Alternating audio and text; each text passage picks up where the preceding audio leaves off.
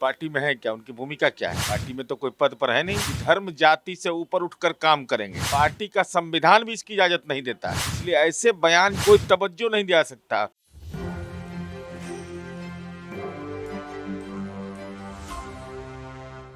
नमस्कार, एक न्यूज़ 24 देख रहे हैं आप और मैं हूं आपके साथ अविनाश। जदयू के पूर्व एमएलसी गुलाम रसूल बलियाबी लगातार विवादित बयान देते हैं और इस बार तो एक नया बयान दिया। हमारे साथ बातचीत करने के लिए जदयू के मुख्य प्रवक्ता नीरज कुमार हैं। आप ही के पार्टी के पूर्व एमएलसी हैं गुलाम रसूल बलियाबी, लगातार विवादित बयान दे रहे हैं, कैसे देख रहे हैं? देखिए, कौन क्या बयान देते हैं उनका बयान हो सकता है, लेकिन 125 करोड़ की देश की जनता का एक भी सामान्य नागरिक उनके बयान से सहमत नहीं हो सकता है।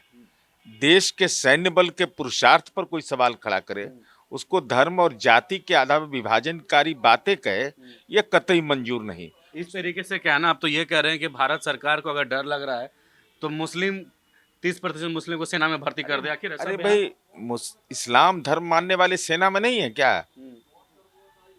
भाई, इस देश के अंदर में थाने के अंदर में मस्जिद है, कहीं कोई विवाद नहीं होता है। महावीर मंदिर है, कहीं कोई विवाद नहीं होता है। इसलिए महत्वपूर्ण विषय है कि जिस सदन के आप सदस्य रहे, वहां भी आपने शपथ लिया था कि धर्म जाति से ऊपर उठकर काम करेंगे। तो और पार्टी का संविधान भी इसकी इजाजत नहीं देता है, इसलिए ऐसे बयान को कोई तवज्जो नहीं दिया सकता। और इतिहास गवाह है, भाई पाकिस्तान तो धर्म आधारित देश था, तो बांग्लादेश का निर्माण हुआ, तो हमारी सेना ने भूमिका अदा की कि नहीं? और भूमिका अदा किया तो उसमें इस्लाम धर्म मानने वाले लोग थे कि नहीं? वो सारे लोग थे। इसलिए इस ढंग की बातें बिल्कुल विभाजनकारी बातें हैं और बेतुका बात है ये। इससे पहले भी उन्होंने ये कहा था कि पूरे देश को करबला बना देंगे, तो आखिर आप लोग इस तरीके से बयान दे रहे हैं, कार्रवाई क्यों नहीं कर रहे हैं आप लोग? भाई, वो पार्टी में है क्या, उनकी भूमिका क्या है? पार्टी में तो कोई पद पर है नहीं। अब कौन क्या बयान देते रहे, लेकिन वो देश के संविधान के खिलाफ बयान है, देश के संविधान के मूल प्रस्तावना के खिलाफ यह बयान है। ऐसे बयान को कहीं से तवज्जो नहीं दिया सकता। तो कार्रवाई नहीं होगी उन पे? अब कार्रवाई नहीं करने हमारा अधिकार क्षेत्र नहीं है, राय व्यक्त करने का अधिकार है। पार्टी के प्रवक्ता के नाते मैंने अपनी राय व्यक्त कर दिया।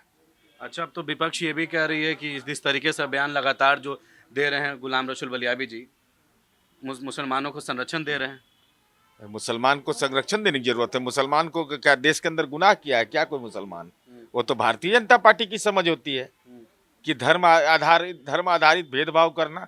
हमारी तो समझ नहीं रही है। हम लोग तो सर्व धर्म जाति के लोगों को अंगीकार करते हैं, यही तो हमारी पूंजी। और सेना के पुरुषार्थ पर सवाल नहीं उठाना चाहिए। हाँ, सेना के साथ जो नाइंसाफी केंद्र की सरकार अग्निवीर के माध्यम से कर रही है, वह महत्वपूर्ण एजेंडा है कि पेंशन बंद कर दिया गया, उनको अनुकंपा का लाभ नहीं दिया गया।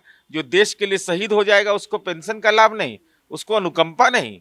ये तो देश के अंदर में जो नीति अपनाई जा रही है वह गलत है। लेकिन सैन्य बल के पुरुषार्थ, धर्म और जाति के आधार पर उसका विभाजन, यह कतई मंजूर नहीं। और ये भी कह रहे हैं बलियाबी जी कि मुस्लिम सेफ्टी एक्ट होना चाहिए क्योंकि मुस्लिम सुरक्षित नहीं है। ऐसा आपको लगता है क्या? भाई, देश के अंदर में सीआरपीसी और आईपीसी है बना हुआ, कानून बना हुआ है ना। अब पार्टी का राष्ट्रीय परिषद का बैठक हुआ अभी, तो पार्टी ने तो ऐसा कोई प्रस्ताव पारित नहीं किया है। अब कौन क्या बयान देते हैं वो जाने। अब अपने पॉलिटिकल सेफ्टी के लिए कोई सेफ्टी की बात करे तो यह तो उनका विषय हो सकता है। ठीक है, हमारे साथ नीरज कुमार थे जो जदयू के मुख्य प्रवक्ता ने साफ तौर पे कहा है गुलाम रसूल बलियाबी जो लगातार बयान दे रहे हैं और इस तरीके से अब तो मुसलमानों की बात भी कर रहे हैं और सेना में भर्ती करने को कहा है कि वो अपने सेफ्टी के लिए, अपने पॉलिटिकल सेफ्टी के लिए वो बात कर रहे हैं। भारत में जो भी मुसलमान है वो सेफ है और तमाम सवालों पे भी उन्होंने अपना तर्क रखा। फिलहाल इस खबर में इतना ही। सहयोगी जकी के साथ मैं अविनाश, एक न्यूज़ 24 पटना।